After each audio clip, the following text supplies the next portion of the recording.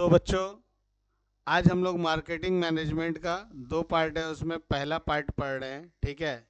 तो marketing management क्या है? सबसे पहले मार्केटिंग मैनेजमेंट आज ही एक ही क्लास में ख़त्म नहीं हो जाएगा, उसको भी टाइम लगेगा। ठीक है।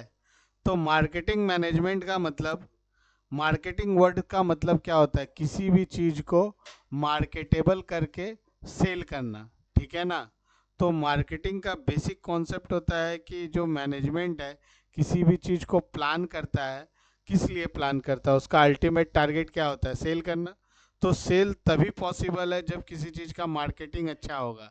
अगर मार्केटिंग किसी चीज़ का अच्छा नहीं होगा तो उस प्रोडक्ट को हम बेच नहीं पाएंगे। ठीक है। तो सबसे पहले meaning of marketing management, marketing management का क्या मतलब होता है? Marketing management is the process of planning, organizing, directing, and controlling of all marketing activity of a business firm to facilitate the exchange of goods and services and to achieve organizational objective by satisfying the needs and wants of the customer and earning the profit। यानी marketing management एक प्रकार का process है जिस process में आप planning करते हो, ऑर्गेनाइजिंग करते हो, डायरेक्टिंग करते हो और कंट्रोलिंग करते हो। इस सारे एक्टिविटी को करने के बाद आपका गुड्स एंड सर्विस क्या होता है? ऑर्गेनाइजेशनल गोल को अचीव करता है और वो किसी भी कस्टमर के पास आपका प्रोडक्ट या सर्विस सेल होता है और उससे अगर आपका कस्टमर सेटिस्फाइड होता है तब आप जाके प्रॉफिट अर्न कर सकते हो। क्लियर? अब सेकंड पॉइंट में आइए, कैरेक्टरिस्टिक ऑफ मार्केटिंग मैनेजमेंट। यानी कि मार्केटिंग मैनेजमेंट का क्या क्या कैरेक्टरिस्टिक है, यानी उसका फीचर्स क्या है। तो marketing management always on customer oriented, यानी कि जब हम लोग प्रोडक्ट को सेल करने का कोशिश करते हैं तो मार्केटिंग टीम का सबसे पहला फोकस्ड एरिया होता है कस्टमर। जैसे कि हम तुमको बोले सेल्स अगर करना है तो हमको मार्केटिंग करना पड़ेगा। अगर हम मार्केटिंग नहीं करेंगे, हमारे प्रोडक्ट का मार्केटिंग सही ढंग से नहीं होगा तो हमारा प्रोडक्ट सेल नहीं होगा। तो focus on satisfying presents and future needs and want of customer. क्या बोला है? हमको फोकस करना पड़ेगा। किस चीज़ पे फोकस करना पड़ेगा? On satisfying present and future needs and wants of customer. Customer का नीड क्या है, कस्टमर का फ्यूचर नीड क्या है, कस्टमर किस चीज़ से सेटिस्फाई होता है। अगर उन सब चीज़ों पे ध्यान नहीं रखेंगे तो कस्टमर जो है वो हमारा प्रोडक्ट को नहीं खरीदेगा। तो हमारा टारगेट है कि कस्टमर को सेटिस्फाइड करना, यानी कस्टमर के ओरिएंटेशन के अनुसार ही प्रोडक्ट बनाया जाता है। जैसे हम छोटा सा एग्जांपल दे रहे हैं, अगर आप देखोगे कभी भी किसी भी जगह में, अगर तुमको देखोगे कि कोई बिल्डिंग तैयार हो रहा है, वहाँ पे बिल्डिंग जो बनता है तो बेसिकली 2 BHK 3 BHK आपको ज़्यादा दिखेगा, उसके वनस्पत 1 BHK बहुत कम फ्लैट दिखेगा, क्योंकि 1 BHK फ्लैट कोई लेना नहीं चाहता। 1 BHK फ्लैट बेसिकली किसी भी बैचलर के लिए ज़रूरत पड़ता है। ठीक है। लेकिन अगर 2 BHK रहता है तो छोटा परिवार वहाँ सेट हो सकता है, बड़ा परिवार है तो 3 BHK और 4 BHK लगेगा। तो इसी के कारण से 1 BHK का फ्लैट बहुत कम हो बनाया जाता है, क्योंकि उसको बेचने में दिक्कत होता है। क्लियर? तो ये हो गया, कस्टमर का जैसा नीड होता है हमको वैसा प्रोडक्ट ही बनाना पड़ेगा। कस्टमर का नीड नहीं है तो जैसे तुम देखो कि पहले बहुत सारा स्कूल में ना, तुम्हारा जो कॉमर्स स्ट्रीम का स्टूडेंट होता था उसका बेसिक्स मतलब सा सब्जेक्ट सिलेक्शन होता था। अकाउंट्स होता था, बिजनेस इकोनॉमिक्स होता था, या इकोनॉमिक्स होता था और बिजनेस स्टडीज़ होता था। यही ज़्यादातर केस में रहता था। फिर जब सिलेबस चेंज हुआ तो बहुत स्टूडेंट लोग का डिमांड हुआ कि भाई कॉस्ट टैक्स होना चाहिए, ठीक है, कंप्यूटर एप्लीकेशन होना चाहिए। तो बहुत सारा स्कूल धीरे धीरे क्या करने लगा कि अपना अपना ये सब चीज़ खोलने लगा। तो देखा उस स्कूल का क्या हुआ, जिस जिस जगह पे देखना कॉस्ट एंड टैक्स वगैरह है, मैथ्स है, मतलब ऑप्शन ज़्यादा चूज करने का है, उस जगह में एडमिशन ज़्यादा होता है। ठीक है, सेकेंड पॉइंट में आते हैं, गोल ओरिएंटेड। ठीक है, सेकंड पॉइंट क्या है हमारा, गोल ओरिएंटेशन, यानी गोल ओरिएंटेड, यानी aim at achieving organisational goal through the effective marketing effort. जो भी मार्केटिंग एफर्ट है, उस मार्केटिंग एफर्ट के द्वारा गोल ओरिएंटेड रहता है, यानी कि aims at achieving organisational goal through effective marketing effort, मतलब जो भी मार्केटिंग करता है उसका टारगेट और उसका फोकस होता है उसके प्रोडक्ट को सेल करना। ठीक है, integrated process involve all the department of the organisation for coordinated marketing decision. ठीक है, इंटीग्रेटेड प्रोसेस का मतलब क्या है, जैसे ये क्या दिया वाला जो बना हुआ है क्या है, मतलब कोई भी प्रोसेस जो होता है वो इंटीग्रेटेड, यानी एक दूसरे से क्या होता है, जुड़ा होता है। तो इसमें क्या बोलते हैं, इन्वॉल्व ऑल डिपार्टमेंट। ठीक है, जितना भी ऑर्गेनाइजेशन का डिपार्टमेंट है, सबका अल्टीमेट टारगेट होता है क्या, किसी भी प्रोडक्ट को सेल करना। और सेल तभी होगा जब मार्केटिंग अच्छा होगा, अगर मार्केटिंग अच्छा नहीं होगा तो सेल नहीं होगा। ठीक है, हर जगह पे मार्केटिंग काम आता है। मान लो हम यहाँ बैठ के तुम लोग को पढ़ा रहे हैं, बहुत अच्छा पढ़ा रहे, बहुत ज़्यादा अच्छा पढ़ा रहे, लेकिन अगर तुम ये सोच लोगी कि ये अच्छा तो पढ़ा रहे लेकिन हमारा फ़ायदा है, दूसरे कोई इस सर से जुड़ जाएंगे तो उनको हम फ़ायदा क्यों कराएं, तुम दूसरे कोई को लाना ही नहीं चाहती, तो मार्केटिंग नहीं होगा तो फिर मेरा बिजनेस कैसे बढ़ेगा। ठीक है ना, तो इसीलिए इंटीग्रेटेड प्रोसेस है। अगर रिजल्ट अच्छा हो रहा है तो भी एक मार्केटिंग है। ठीक है ना, अगर उसको एडवर्टीजमेंट में कन्वर्ट किया जा रहा है वो भी मार्केटिंग है, कोई स्टूडेंट मेरा तारीफ कर रहा है तो वो भी मार्केटिंग है। तो जहाँ से भी प्रोडक्ट सेल हो सकता है वो हर चीज़ क्या है, मार्केटिंग है। Social process consider the welfare of the society along with the profit motive.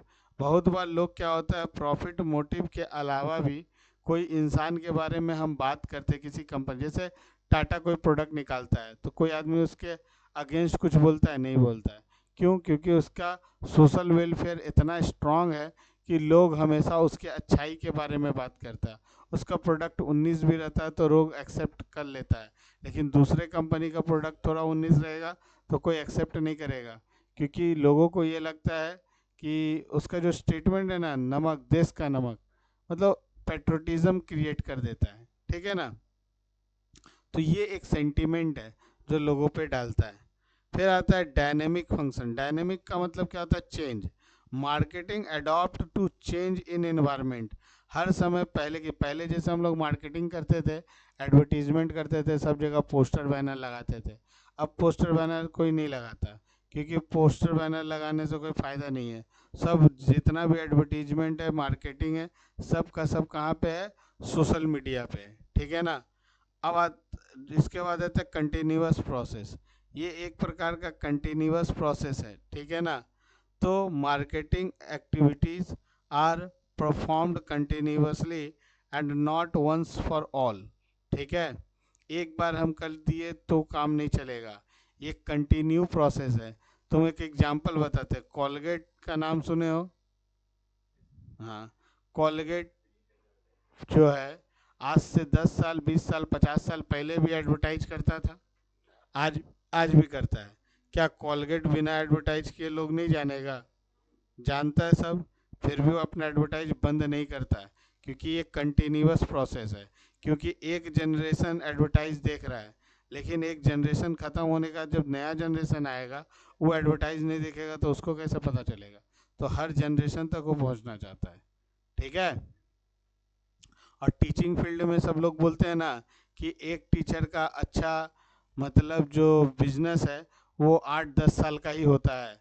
वो इसीलिए बोलते हैं क्योंकि जैसे कि मान लो कोई एक जनरेशन है जिसमें वो टीचर बहुत ज़्यादा फेमस हो गया, तो जब तक दूसरा जनरेशन आता है ना, तब तक वो जो पुराना वाला टीचर जो नाम है या फेम है वो तो पुराना जनरेशन के साथ ही था।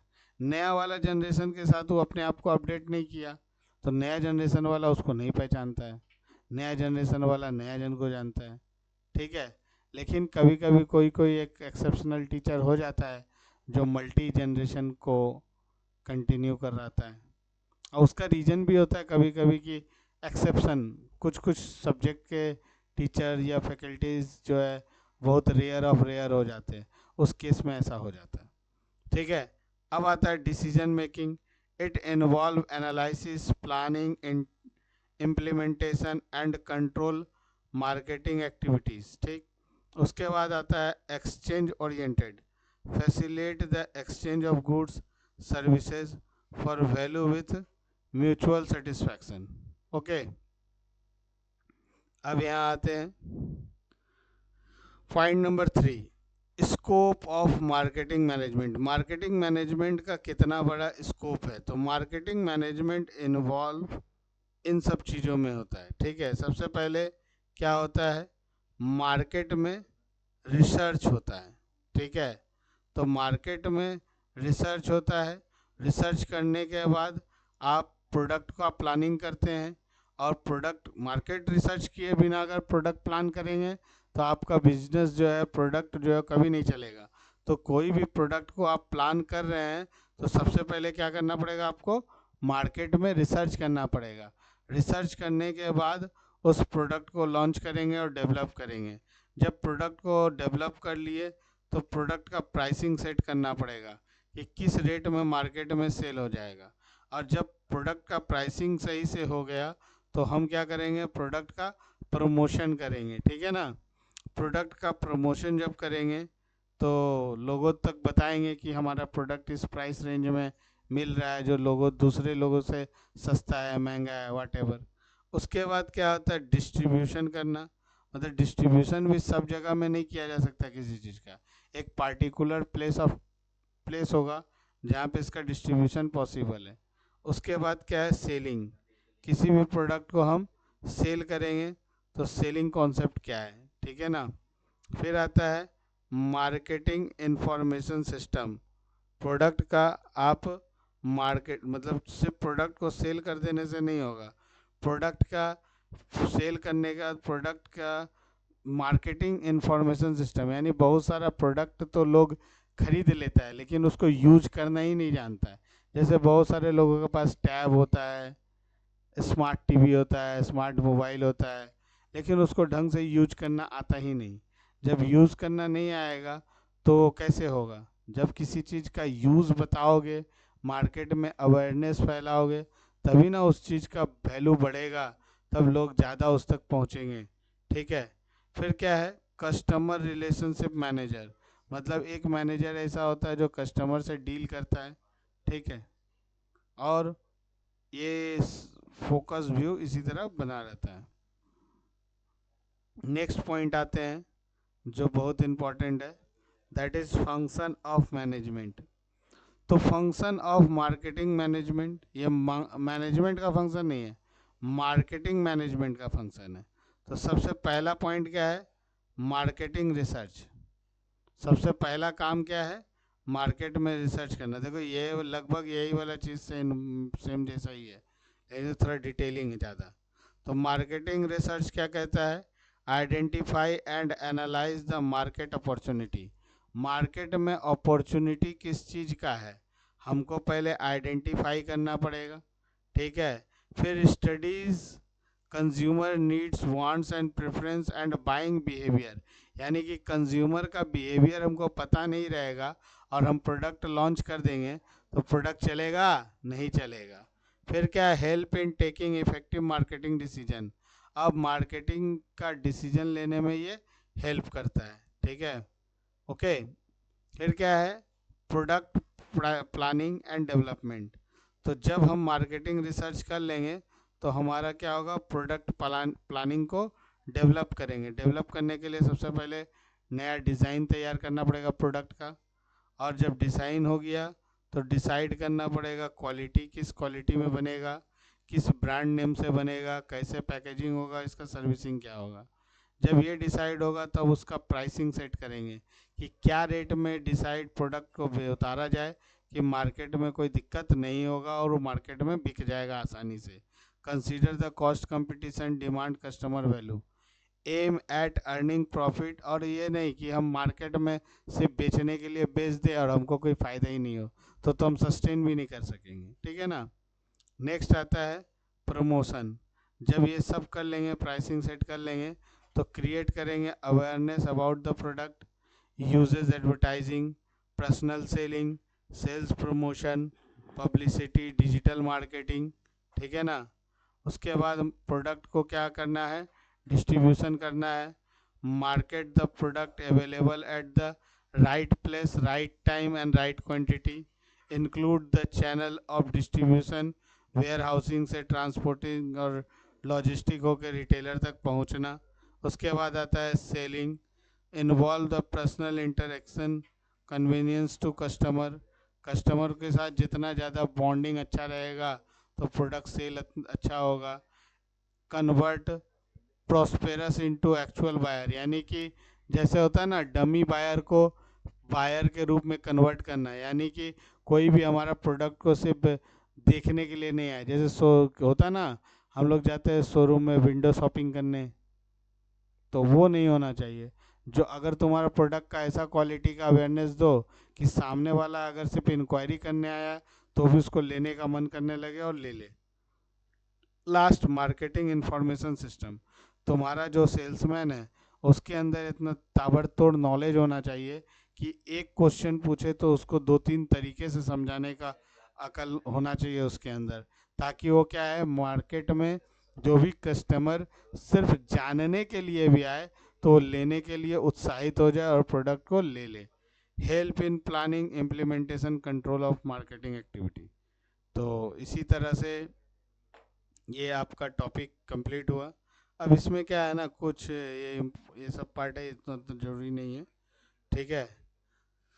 तो हम लोग आज मार्केटिंग मैनेजमेंट का पहला टॉपिक कंप्लीट किए, आगे हम लोग और इसका करेंगे जाके, ठीक है। आज यहीं तक, ओके।